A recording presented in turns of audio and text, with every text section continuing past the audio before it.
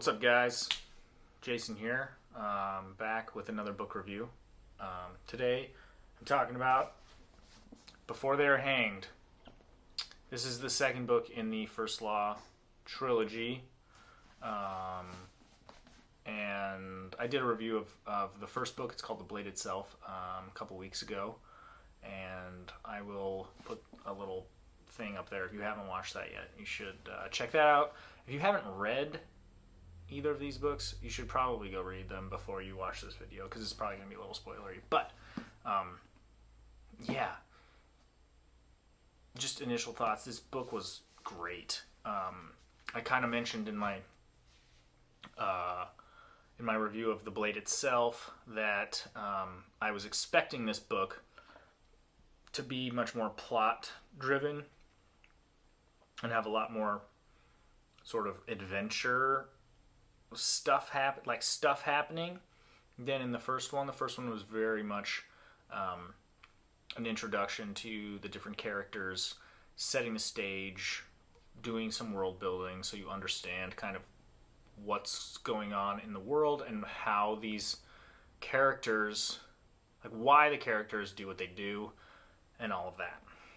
This one, like I kind of predicted, was when the story elements really start to move and things start to happen, and it's great. So basically, yeah, all the characters that were set up in the first book kind of group together, and there's basically three sort of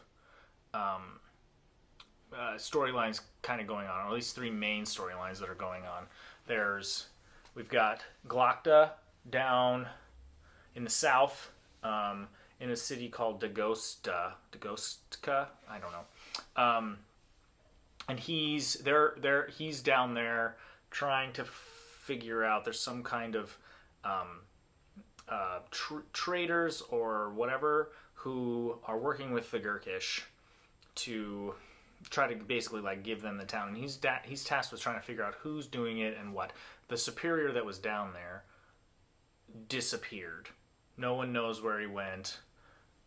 He's presumed dead because he just disappeared out of nowhere after, whatever. So he goes down there to kind of replace him and then, like I said, figure out where he went and who's behind that. But, all the while, the Gurkish army is trying to attack and take the city back. So he's also tasked with trying to hold the city for as long as possible. And he does a pretty good job, but it's kind of hopeless. He knows that he's probably not going to be able to hold the city forever. So his job is to try to find the traitors, bring them to justice. So that's what he's working on. And he's basically down there more or less by himself. He's got his two practicals with him, and then one other practical. So Practical Frost and Practical Severard, those are his practicals that he uses to assist him in his inquisitor work, basically torturing people. And he's got one other practical. Her name's Vitari, and she is some other inquisitor's practical. Some rival inquisitor who's got a higher up position than him. And yeah, she's there kind of to spy and make sure that he is doing what he's supposed to be doing, I guess. Because she's writing letters back to Archlector Sult regularly with updates around how things are going, and whether she thinks Glokta's fulfilling his obligations. So anyway, so that's what he's doing, and there's a lot of plotting and scheming, and in fact, so he's an interesting character. He's probably one of my favorite characters. He's definitely one of my favorite characters, because he kind of reminds me of Tyrion Lannister. He's really smart. He's really good at maneuvering people around. He's witty. He's like dark, though. He's very, I don't know, world weary. He doesn't have a very good outlook. And he's willing to do some pretty bad things in order to further his own goals. But that serves him pretty well in this because able to um, he's able to hold the city for a lot longer than people expected him to. Um, and then eventually he gets called back once it's clear the city is going to fall. So that's kind of what happens with him. And it's really cool. It's a very, very good little story.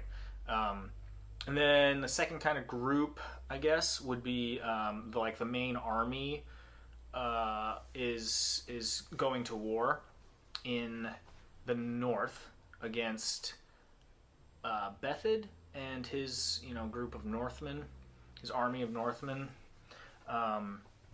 They so Colin West and the army and stuff, they're up there. And West is assigned to basically be like he's under the prince. His name is Ladisla or something like that, and he's the crown prince. He's the heir to the throne. He's a little I don't like him. He's not a good person. He's really arrogant and stupid, and he thinks that he's the smartest person ever. He thinks that he knows everything. He doesn't take advice. He's just dumb. And, but he's in command, and he wants everyone to know it. So he makes bad decisions and gets them all killed. West is able to, in this big battle that happens, West is able to protect him, but basically they're the only two people that really survive the battle that happens because of the Crown Prince's stupidity. And West tells him, like, hey, we shouldn't do this, and he makes him do it anyway. For glory or for whatever, some stupid crap. And then, then he spends the rest of the time just trying to protect his ass because he's, like, so stupid. It's cold. They have to march. They have to do all this stuff. And he's just, I just hated the guy. And I was like, West, just let him die. Just stop it. Like, just don't. But anyway, so they eventually meet up with Dogman and Three Trees and Logan's old crew, who, were from the first book. It's the however many of them there are. There's like 6 of them. They meet up, and they're like, yeah, we want to fight Bethid's army too. Let's join. So they kind of join up the army. They join up with the army, and they help them kind of get out of the situation that they're in. And then, I'm not going to say too much, but West turns out to be a pretty cool character. I don't know if I like him as a person necessarily, but he does some things that I had to cheer for. So he's a good guy, kind of. And then the war continues. So their storyline ends with a big, huge battle at the very end, and that was crazy. There's some crazy stuff that happens, and I almost cried. There's some sad stuff.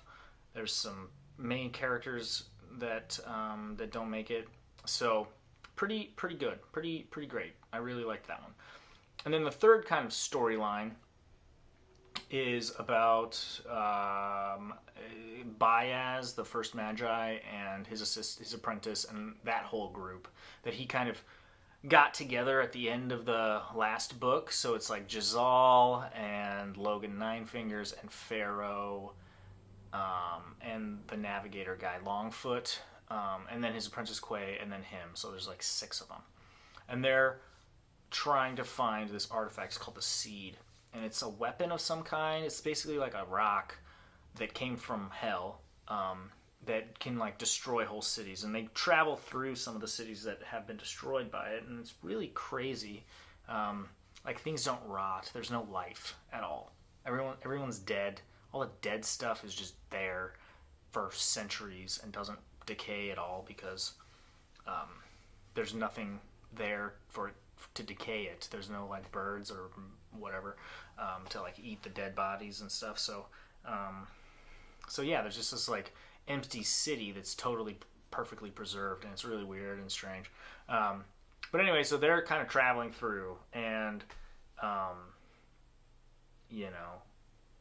interacting with each other. The relationships are interesting. No one really wants to be there. Everyone's kind of a curmudgeon. And yeah, Jazal, didn't really like him in the first book. I don't think you're supposed to like him in the first book. He's kind of just like a pompous, arrogant little, like, noble kind of whatever, better than thou kind of a person. But he gets humbled quick, and he becomes a really awesome character. He's really, really good person, down deep, and he doesn't want. He's like Logan. He wants to get away from the violence, and he wants to get away from that, and he dreams of, going back and marrying RD and just like being obscure in, just quitting the army and just going and like being a farmer or something, and like it's like, I don't need the glory, I don't want it. It's the risk is too much. I'd rather just be obscure and live my life happily with a person that I care about. So that's his dream, but it's hard for him to imagine that it will ever happen, though, because they're going through, and it's very dangerous what they're doing, and all this stuff. So yeah, they eventually find the seed, or do they? Yeah, there's some stuff that happens, and it was great. Like I said, this book I enjoyed it much better than The Blade itself. The Blade itself I enjoyed, but it wasn't. Nothing really happened in The Blade itself. It was all set up, which is important to do. Like, the fact, like, that all happened so that this book could happen. And I almost feel like the books are, because it's basically like the end of that book and then the beginning of this book. It's like there's no break in the time. There's no like time jump or anything like that. Basically, you could just read these two books, and I'm assuming the third book. I did start it last night, just all the way straight through, like it was one big book. And that might be the best way to do it, because, like I said, the first book is kind of like a first act introduction, get to know the characters, get to know the stuff. This is like second act stuff, setting things up, all the different players all kind of going off on their own in little groups and doing stuff and whatever.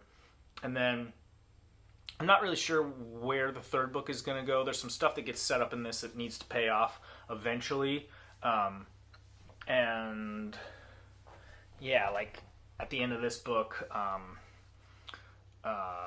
Logan decides he's going to go back to the north, and so I'm assuming he's going to eventually meet up with Dogman and those guys, because yeah, it would make sense. They don't know. They both think that the other group of them is dead. Like Dogman and them, they all think that Logan is dead, and Logan thinks that all of them are dead. So it'd be just like a really interesting reunion to see how they all react to finding out that they're not dead. So I'm looking forward to that. Obviously, big battle against Bethid is going to have to happen at some point. He's been talked about a lot. We've never actually seen him, I don't think. So there's that. Yeah, Baez and all of this First Law business is going to have to come into play. So I started the next book. I'm really eager to get through it because this book was so great, and I just was like, I can't wait. I'm just going to just keep going. So, so yeah, that's pretty much it. Okay, so one more thing. The thing that I thought that this book did amazingly well, obviously characterization that happened in the first book that was so well done carries over into this. Some of the characters, a number of the characters, have to go through some horrible stuff, and it changes them.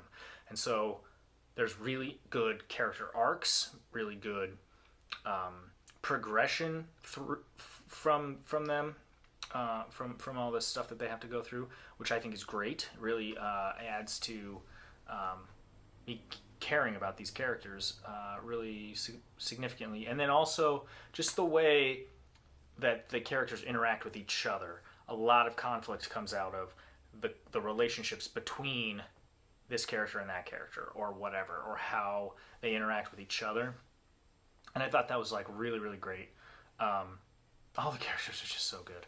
That's really what this series shines at, is the characterization. The world building is also really great. Like, it feels real. It feels really real, and it's great. So yeah, if you have not read these books, I know I kind of just told you what happens, but oh my god, just pick them up. They're so good. Joe Abercrombie is a genius. It's just, yeah, and I can't wait to see how this all resolves and all comes together in the last book. So anyway, that's my review of Before They Are Hanged. Highly recommend it. Yeah, so go out and get it. Go out and read it if you haven't. Let me know if you have read this book, and if you have any other thoughts, if you agree with me, disagree, whatever. Please let me know in the comments. Yeah, and I'm gonna, like I said, I'm reading the third one now. When I'm done with that, I'll do a review of that book as well, and then we can kind of talk about the whole series. Yeah, I also I don't know if I'm gonna read these right away, but I ordered the standalone novels, the whatever. Best Served Cold, Heroes, and Red Country. I ordered those. They should be coming from Amazon at some point soon. And so, I don't know. I might not read. I'm probably going to take a little break, but I will eventually read those too. And I'll let you guys know what I think when I do. So, anywho, that's all I have for you today. Please like and subscribe if you like stuff like this, if you want me to keep making videos like this. And like I said, comment down below if you have any other thoughts or if you want to talk more. Yeah, that's it. Thanks for watching. We'll see you guys next time. Peace.